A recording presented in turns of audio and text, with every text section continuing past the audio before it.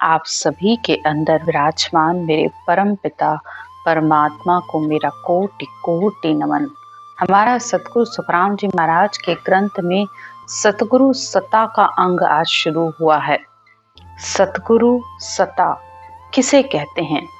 सबसे पहले तो सता का मतलब समझिए। सता कहते हैं ने अक्षर को, इस सत शब्द को, इस ब्रह्म धुन को। और ये कैसे अंतर में आती है? सतगुरु के ज्ञान से।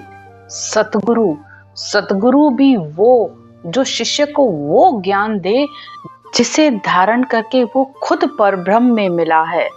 उसके पास ये सतगुरु की सत्ता होती है। वो शिष्य को वही ज्ञान देगा जिसे धारण करके उसने भी उस सतगुरु यानी उस परमात्मा की सत्ता को प्राप्त किया है। यानी इस सत शब्द को, इस शब्द धुन को, ये धुन अंतर में प्रकट होगी तब ही आत्मा परमात्मा में मिलेगी। तो इसके लिए सतगुरु सोच समझ के होना चाहिए।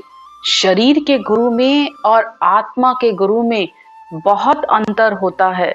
संसार के गुरु तो 3 लोक तक का ही ज्ञान देते हैं, लेकिन इस शरीर को देने वाले असल गुरु ब्रह्मा विष्णु महेश्वर शक्ति ए माँ बाप जानो। तो इस शरीर को, इस आत्मा को इस संसार में भेजने वाले तीनों देव हैं, तो वो ही इस शरीर के असल माँ बाप हैं। तो ये शरीर के गुरु हुए। और आत्मा का गुरु सुनो जीव की जात ब्रह्म आपी कहूँ तोई। गुरु ब्रह्म का ज्ञान है अपद आनंद सत होई। तो आत्मा का गुरु सत्य केवल ज्ञान है। इस सत्य केवल ज्ञान से ही आत्मा आनंद ब्रह्म में मिल सकती है। तो गुरु का अर्थ भी समझिए, सतगुरु का अर्थ भी समझिए और सता का अर्थ भी समझिए। जब तक ये तीनों बातें नहीं समझ में आ रही हैं आपको, तो आप ज्ञान सुनकर भी नहीं समझ पाओगे। तो सिर्फ हर कोई कह रहा है कि मेरा सतगुरु, मेरा सतगुरु। तो असल सतगुरु वो साचा सतगुरु शिष्य को कर ले आप समान। तो जो वो खुद है वैसा ही सामने शिष्य को बना दे। यानी शिष्य को वो ज्ञान बताए कि कैसे आगे के 6 पूर्व चक्रों को पार किया जाता है, फिर 3 पीठ के चक्रों को कैसे पार किया जाता है, और कैसे इस श्वास प्रश्वास में ये 70 करोड़ की कमाई की जाती है, जिससे आत्मा के सब कर्म और भरम खत्म हो जाते हैं। एक श्वास की आप कीमत समझ रहे हो? जब इस शब्द धुन का संग करती है, जो ये सतगुरु की सत्ता कहा जाता है जिसे, तो इस सत्ता के साथ जब इस श्वास प्रश्वास में रटना करती है, सिमरन करती है, तो 70 करोड़ नाम आते हैं। इतने नाम तो आप कितनी ही जन्म बीत जाएं आप तब भी ना ले पाओ। लेकिन इस एक श्वास की कीमत ये है कि इस ने अक्षर आने पर आत्मा इतनी कमाई कर लेती है एक श्वास में। तभी तो जैसे ही सतगुरु की सत्ता आती है, श्वास प्रश्वास में वह रटना करती है और वो शब्द धुन सुनाई देना शुरू हो जाती है, जिसे संत कहते हैं, सद्गुरुदेव भी कहते हैं कि वो परमात्मा पल में हाजिर है। बस तुम्हारे बुलाने की देर है। तुम्हारे पास वो तरीका होना चाहिए, वो विधि होनी चाहिए कि तुम किस तरीके से कर रहे हो। किसी भी चीज का महत्व उसके तरीके से होता है। किसी काम को करने में वर्षों लग जाते हैं, लेकिन आज के समय में जितनी साइंस ने तरक्की की है, तो क्या आप देख नहीं रहे हो कि जो काम वर्षों में हो जाता था वो अब पल में हो जाता है। तो ये केवल ज्ञान भी विज्ञान है। इस विज्ञान को आप समझिए कि ये सतगुरु की सत्ता कैसे आती है। जिसको ये बात समझ में आ गई, तो उसके लिए परमात्मा पल में हाजिर है। हाजिर सु हाजिर खड़ा, जब देखे तब तैयार। तुम्हारी पलक झपकाने में भी देर है, लेकिन वो परमात्मा धुन के रूप में तुम्हारे सामने हाजिर है। थोड़ा सा सर झुकाओगे, थोड़ा सा भी अगर ध्यान दोगे, तो वो धुन अखंड बज रही है। ये है परमात्मा की सत्ता। इसे परमात्मा की सत्ता कहा जाता है और ये इस केवल ज्ञान के द्वारा ही प्राप्त होती है। तो आज सद्गुरुदेव हमें इसी सतगुरु सत्ता का महत्व बता रहे हैं कि कितना महत्व है इस सत्ता का। सतगुरु सता न बरनी जाई, सोमन धान बान गे माही। अब सतगुरुदेव कहते हैं कि मैं इस सतगुरु सत्ता का क्या वर्णन करूं, मैं चाहूं भी तो भी नहीं कर सकता।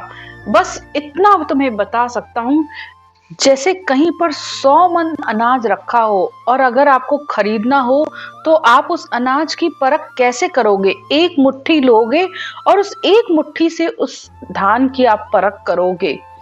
तो बस मैं जो तुम्हें बता रहा हूं वो इतना ही तुम्हें बता सकता हूं, क्योंकि तुम जब करोगे, जब तुम उसका आनंद लोगे, तब ही वो तुम्हें मिल पाएगा। सतगुरु सता शिष्य में आवे, अगम देश हंसा चल जावे। तो जब ये सतगुरु की सता यानी जब ये नेयक्षर आएगा जी, ये सप्त शब्द शिष्य के अंदर आएगा, तो वो हंस अगम देश यानी उस केवल पद और आनंद पद की प्राप्ति कर लेता है।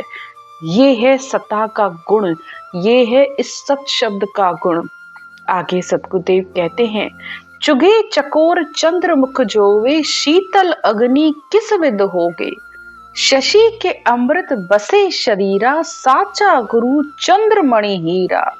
अब चकोर पक्षी अग्नि का चूरण करता है, वो हर समय चंद्रमा की तरफ एक टक देखता रहता है, क्योंकि उसके अंदर इतनी अग्नि है कि वो चंद्रमा की शीतलता उससे बहुत ही अच्छी लगती है, शीतल करती है उसके शरीर को। तो क्योंकि चंद्रमा के शरीर में अमृत का वास होता है, तो इसी तरह सच्चे सद्गुरु चंद्रमणि हीरे की तरह होते हैं। जैसे चंद्रमणि हीरा नकली हीरो को भी असली बना देता है, ठीक इसी तरह सच्चे सद्गुरु का ज्ञान धारण करने पर वो भी असली हीरे के समान बन जाते हैं। यानी जो उनके अंदर सत्ता प्रकट हुई है वही शिष्य के अंदर भी आकर प्रकट हो जाती है, क्योंकि पहली ही लाइन में उन्होंने कह दिया, सतगुरु वो जो अपने समान बना दे। सतगुरुदेव इस नए अक्षर की, इस सत शब्द की इतनी महिमा करके संसार के बहुत से उदाहरण दे रहे हैं, हमें समझा रहे हैं इस सतगुरु सत्ता का क्या महत्व है।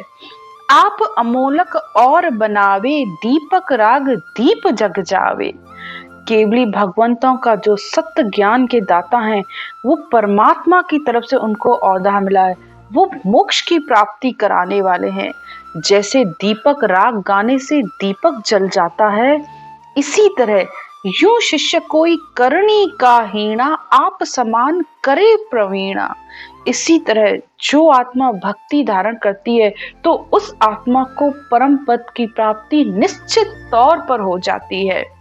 आगे सतगुरुदेव कहते हैं, दिन दिन जारी सफल कमाई, जा संगत सतगुरु की पाई। उड़ उड़ भुजंग चंदन वन जावे, यूं शिष्य तन की तपत बुझावे। संसार में मनुष्य जन्म मिलना बहुत अमोलक है और परमात्मा ने इस आत्मा को संसार में भेजा ही परब्रह्म परमात्मा की प्राप्ति के लिए है। और इस मनुष्य जन्म में आकर जिसको सतगुरु की संगत मिल जाए तो वो आत्मा धन्य भागी है। जब आत्मा को सतगुरु का ज्ञान मिलता है तो जैसे सरप जब बूढ़ा हो जाता है तो उसके पंख निकल जाते हैं और उसके अंदर बहुत सारा जहर बढ़ जाता है, तो वो अपने जहर को मिटाने के लिए जो चंदन के वृक्ष होते हैं उनसे लिपट जाता है। इसी तरह इस शिष्य के अंदर जब संसार का अनंत जहर, अनंत दुख आ जाता है, तो वो जब सतगुरु का ज्ञान धारण करता है तो उसके अंतर की ज्वाला भी शांत हो जाती है। अंग ज्वाला व्यापे नहीं कोई, यू संगत सतगुरु की होई। जड़ी संजीवन जीव जीवाया, क्या करनी मुर्दा कर आया। तो जब आत्मा इस सत्य ज्ञान को धारण करती है तो उसके अंदर सत शब्द प्रकट होने से उसके तीनों ताप खत्म हो जाते हैं। आत्मा का ताप, शरीर का ताप, मन का ताप, तीनों ताप खत्म हो जाते हैं। इसी तरह अनेक ही जड़ियों में एक संजीवन जड़ी होती है जो मुर्दे को भी जिंदा कर देती है। तो उस मुर्दे ने ऐसा कौन सा कर्म किया है कि एक जड़ी उसको जिंदा कर सकती है? तो आप विचार करिए कि क्या सतगुरु के अंदर वो सत्ता, वो ताकत नहीं है कि वो आकर आपके अंदर उस परमात्मा को प्रकट कर सके? बिल्कुल करेगा। अरे भाई, जिसके पास औधा होगा वो निश्चित तौर पर जो उसके अंदर परमात्मा प्रकट हुआ है वो परमात्मा आपके अंदर भी प्रकट होगा। संसार की चीजों में जब इतनी ताकत हो सकती है कि संजीवनी मुर्दे को जिंदा कर सकती है, पारस का गुण है कि लोहे को सोना बना सकता है, कल्प वृक्ष में ये ताकत है कि आप जो कल्पना करते हो आपको मिल जाता है, तो क्या सतगुरु में वो ताकत नहीं होगी?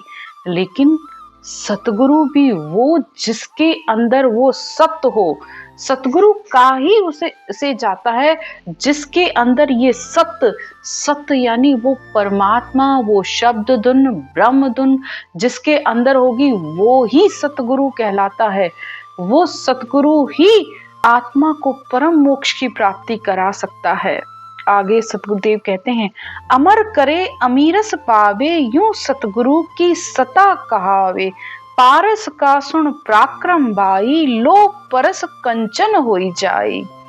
तो सतगुरुदेव कहते हैं कि सतगुरु के ज्ञान की शरण आने पर सतगुरु की सता का अमृत पीकर हंस अमर हो जाता है। यानी जिस शिष्य के अंदर ये सतगुरु की सता यानी ने अक्षर जागृत होता है तो वो आत्मा अमर हो जाती है, क्योंकि उसको मनुष्य जन्म तो उसका निश्चित है। इसीलिए तो बार बार संत विचारे कहते हैं, नाम जप करो, सिमरन करो, तो कम से कम अगर भक्ति अधूरी छूट भी रही है तो तुम्हें मनुष्य जन्म मिले और तुम अपनी भक्ति को पूरी कर पाओ। लेकिन मनुष्य जन्म भी तब मिलेगा जब ये सतगुरु की सत्ता, ये ने अक्षर सत शब्द आपके अंदर जागृत होगा, क्योंकि ये ने अक्षर वहीं आपको आके पकड़ेगा जहां आपने इसे छोड़ा है। आपको परिवार, वहां का भक्ति का माहौल, वैसे लोग आपको निश्चित तौर पर मिलेंगे, चाहे आप उनको जानो चाहे नहीं जानो। लेकिन परमात्मा की ऐसी दया होती है कि वो आत्मा इस ज्ञान को जैसे ही सुनती है तो तुरंत अपना लेती है। ये सतगुरुदेव कहते हैं, बोरू काट न लागे कोई, आपाक्रम सतगुरु में होई, कल्प वृक्ष पूरे मन की आशा, यूं सतगुरु है सुख के रासा।